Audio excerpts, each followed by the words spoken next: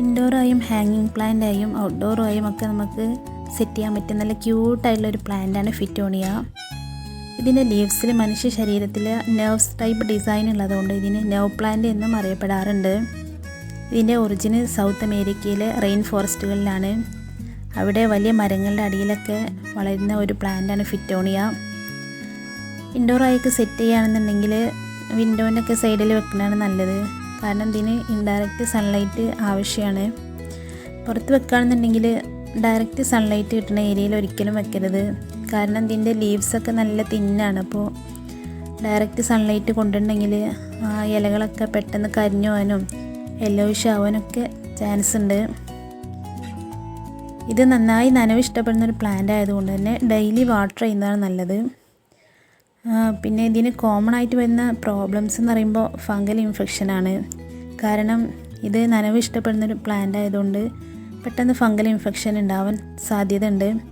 അങ്ങനെ വന്നിട്ടുണ്ടെങ്കിൽ വേപ്പിൻ പിണ്ണാക്ക് വെള്ളത്തിൽ കലർത്തിയതിൻ്റെ തെളി ഊറ്റി കൊടുത്താൽ മതി. കീടങ്ങളുടെ ശല്യം ഉണ്ടെങ്കിൽ നീം ഓയിൽ സ്പ്രേ ചെയ്ത് കൊടുത്താലും മതി. വെറ്റ് എപ്പോഴും ഇഷ്ടമുള്ള ഒരു പ്ലാന്റ് ആയതുകൊണ്ട് തന്നെ പോട്ടി മിക്സ്ചർ തയ്യാറാക്കുമ്പോൾ മണ്ണിനേക്കാൾ അളവിൽ ചകിരിച്ചോറ് എടുക്കുന്നത് നന്നായിരിക്കും. എന്നാലും നമ്മൾ നല്ല ഡ്രെയിനേജ് ഉള്ള പോട്ടിൽ തന്നെ ഇത് വെക്കാൻ ശ്രദ്ധിക്കണം. വെള്ളം കെട്ടിക്കിടന്നാൽ പ്ലാന്റ് പെട്ടെന്ന് നശിച്ചു പോകാൻ ചാൻസ് ഉണ്ട്. ഇതിങ്ങനെ പോട്ടിൽ സ്പ്രെഡായാണ് വളരുന്നത്. അതുകൊണ്ട് തന്നെ പ്ലാന്റ് നല്ല ബുഷിയായി കിട്ടാനും ഒരുപാട് എണ്ണമൊക്കെ പ്രൊപ്പഗേറ്റ് ചെയ്തെടുക്കാനൊക്കെ കുറച്ച് വൈഡായിട്ടുള്ള പോട്ടിൽ വെക്കുന്നത് നല്ലതാണ്. പിന്നെ ഇടയ്ക്ക് പ്ലാന്റിൻ്റെ കട്ട് ചെയ്തെടുക്കുന്നത് നല്ലതാണ്. ഈ പ്ലാന്റ് നല്ല ഗ്രോത്ത് കിട്ടാനും ബുഷി ആവാനൊക്കെ. ഇതിന് കെമിക്കൽ ഫെർട്ടിലൈസേഷൻ്റെ ഒന്നും ഒരു ആവശ്യമില്ല.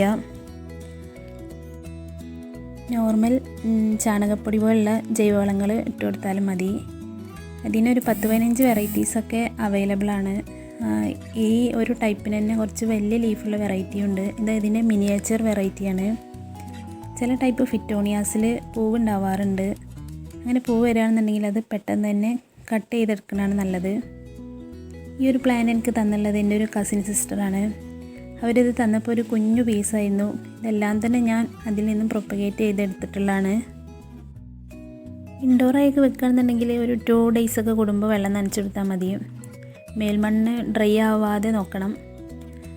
ഔട്ട്ഡോറായി പുറത്തൊക്കെ വെക്കുകയാണെന്നുണ്ടെങ്കിൽ നല്ല വെയിലൊക്കെ ഉള്ളപ്പോൾ ഡെയിലി 2 times ഒക്കെ വെള്ളം ഒഴിച്ച് കൊടുക്കേണ്ടി വരും.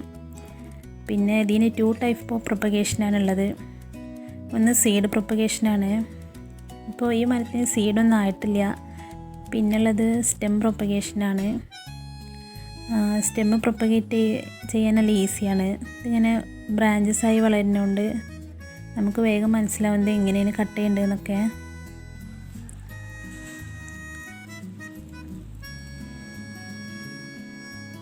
ഇതിൻ്റെ നോട്ട്സിൽ വേരുള്ള ഭാഗം നോക്കി കട്ട് ചെയ്യുന്നതാണ് നല്ലത്.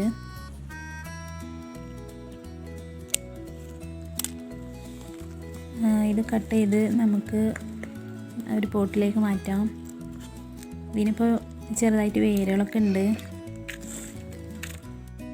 പോട്ട് മിക്സർ ഞാൻ എടുത്തിട്ടുള്ളത് ചകിരിച്ചോറും മണ്ണും ചാണകപ്പൊടിയാണ്.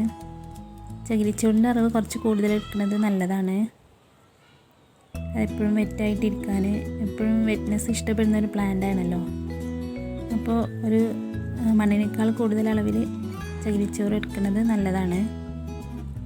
ഇൻഡോറായൊക്കെ വെക്കുകയാണെന്നുണ്ടെങ്കിൽ ഇതുപോലുള്ള കുഞ്ഞു പോട്ട്സിലൊക്കെ വെക്കുന്നതാണ് നല്ലത്. ഇതുപോലുള്ള കുഞ്ഞു പോട്ട്സുകൾ ഇപ്പോൾ എല്ലാ പോട്ട് ഷോപ്പിലും അവൈലബിളാണ്. വളരെ കുറഞ്ഞ റേറ്റിന് ഇതുപോലുള്ള പോട്ട്സൊക്കെ നമുക്ക് വാങ്ങിക്കാൻ പറ്റും. പിന്നെ ഇതിന് വാട്ടർ പ്രൊപ്പഗേഷനും പറ്റുന്നതാണ്. ഇതിപ്പോൾ ഞാനൊരു 1 week മുന്നേ വാട്ടറിലിട്ട് വെച്ചതാണ്. ഇതിന് വേരുകളൊക്കെ വന്നു തുടങ്ങിയിട്ടുണ്ട്. ഇനി ഇത് ഡയറക്റ്റ് മണ്ണിൽ കുഴിച്ചിട്ടാൽ മതി.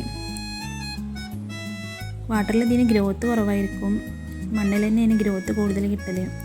പിന്നെ ഇത് ടെറാറിയംസൊക്കെ സെറ്റ് ചെയ്യാൻ പറ്റിയ നല്ലൊരു പ്ലാന്റാണ്. ഒരു മിനിയേച്ചർ പ്ലാന്റ് ആയതുകൊണ്ട് തന്നെ ഇൻഡോറായി വെക്കുമ്പോൾ നമ്മൾ വാട്ടർ സ്പ്രേ ചെയ്ത് കൊടുക്കുന്നതാണ് നല്ലത്. അതിൻ്റെ ഇലയിലൊക്കെ പൊടിയൊക്കെ ഉണ്ടെങ്കിലൊക്കെ പോയി കിട്ടാൻ സ്പ്രേയർ ഉപയോഗിച്ച് വാട്ടർ ചെയ്യുന്നതാണ് നല്ലത്.